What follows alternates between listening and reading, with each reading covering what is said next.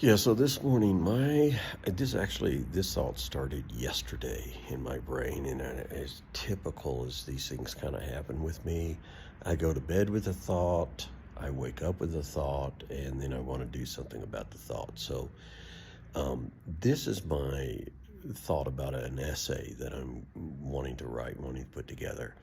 And after much um, contemplation, I came up with a title that'll never sell. America's Conspiratorial, Cynical, Catastrophizing Death Spiral by the Amateur Thinker, which is me, by the way.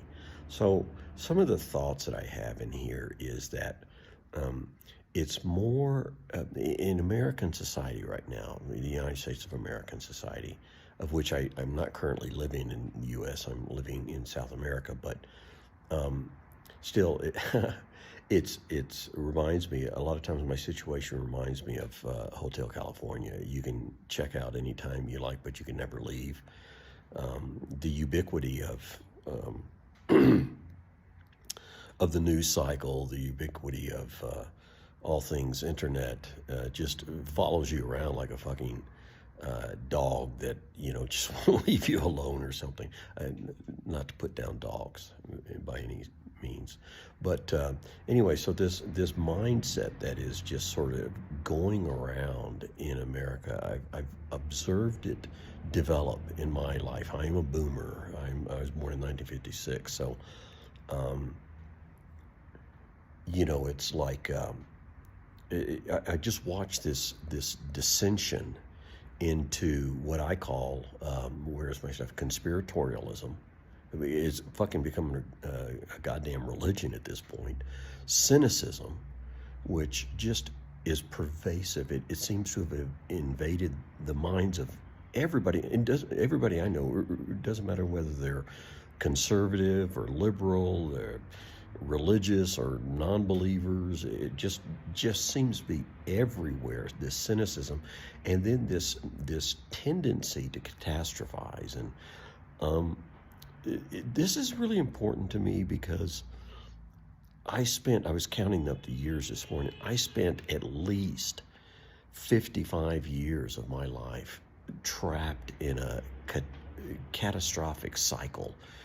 Everything that occurred in my life, if something good happened, there was always the fear that the reason the good happened was so that something bad could then follow it, or something like that. It took me, goddamn, it took me the better part of 10 years to break that cycle of thinking in my brain, to make myself stop just presuming the worst outcomes of everything. But anyway, so I have this background that it took me, like I said, 55, 60 years just to get to a point where I felt like I could breathe in life, and albeit it's too damn late for me, but try to make something enjoyable out of this existence. But anyway, so here's some of the thoughts about this idea that I have cooking around in my brain. It's more about being argumentatively right than it is to actually producing resolutions. I think that's a real key factor in all of this bitching and complaining and othering people and dehumanizing people and all that kind of shit, because it seems to me that people are more concerned about whether they win the goddamn argument than it is to actually produce a fucking solution to a problem. To follow up with that, creating, implementing, and maintaining solutions is hard, complicated, risky work. You're guaranteed to fail. You are. As a society, as an individual, you're guaranteed to fail when you try to create solutions to problems, right? So, but what's the alternative? It's much easier. It's much easier to live life. My notes here. It's much easier in life to just lean into complaining accusing and kicking the proverbial can down the goddamn road. It's a fact. You know, every you know what this is doing to us as a society. In the United States of America, it's robbing us of the potential of ideas. It's blocking the potential of solutions. Because one of the things, I got to tell you this real quick, and then I'm going to wrap up the video with it. But I spent 35 years as a Christian evangelical fundamentalist, and where that fed a lot of that catastrophizing, that fed a lot of that othering, that fed a lot of the cynicism in my life that was already there. It just, that version of Christianity just sort of exacerbated the problem that I had emotionally. And but anyway, so I spent all that time in running in this religious world, waiting for Jesus to come back. Hang on, let me check my clock. Yeah, he still ain't gotten back yet. But spent all that time, just catastrophizing life. And when I finally came through all of that and finally sort of was able to get to work on my emotional self, my mental self, I did, and I thought, I've had enough of this. It just, it's not really benefiting me as an individual. In fact, it's doing more harm than it is good. And so in modern parlance, I deconstructed, and then eventually my religion, my faith, and then I eventually deconverted from the whole thing. And so for maybe a year or two, I engaged with a free thinkers, atheist, skeptic group where I was living at in Sacramento. And I was shocked the first time in a conversation. I was having a conversation with somebody about, actually in a group of people, and I had asked them, I said, well,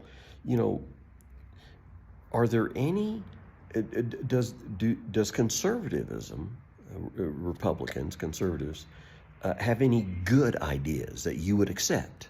Let's say you had, you elected or the country elected a Republican president who was a otherwise reasonably good person, and they had an idea on how to solve some economic or whatever problem.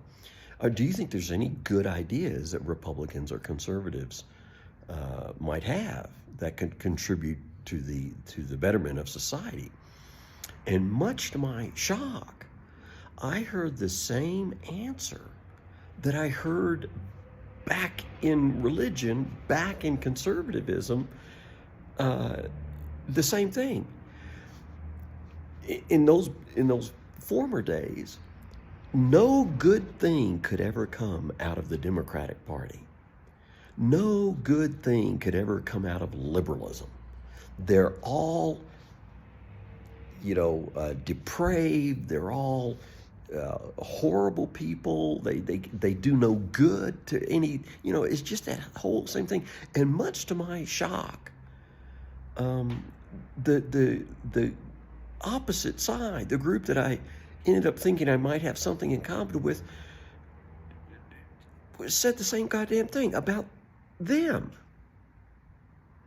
And so I got to thinking, well, what have I deconverted to? And I realized that the problem is that the problem is not in that somebody is conservative or liberal. The problem is not because somebody is religious or irreligious. The problem is that as a society, we have allowed this how's my book title go? We have allowed this conspiratorialism, cynicism, and catastrophizing to take over our mindset, so that we can't find resolutions to our problems, literally to save our lives. Because anytime somebody has an idea, it's immediately attacked by one or all three of those hammers. You know, if the only tool you got is a hammer, then everything looks like a fucking nail. So anyway, I'm going to be working on this for a while and see if I can't get this kind of ironed out a little bit. One of the big problems is I don't really have any objective voices on the matter, because, as I've said now, everybody that I talk to is caught up in this death spiral, and we will end up ruining our nation if we cannot find our way out. We are literally destroying any seed of an idea because of this malaise, this general illness that has taken us over emotionally and mentally. And until we can figure our way out of this shit, until we can all collectively do some kind of a collective therapy, you know, we're going to be stuck. And worse than that, what we're doing to our children, we are handing our children and our grandchildren a world filled with hate. And, so I got a whole lot more to say about this. I'm going to work on it and hopefully produce a few more videos. But for this morning, that's my idea.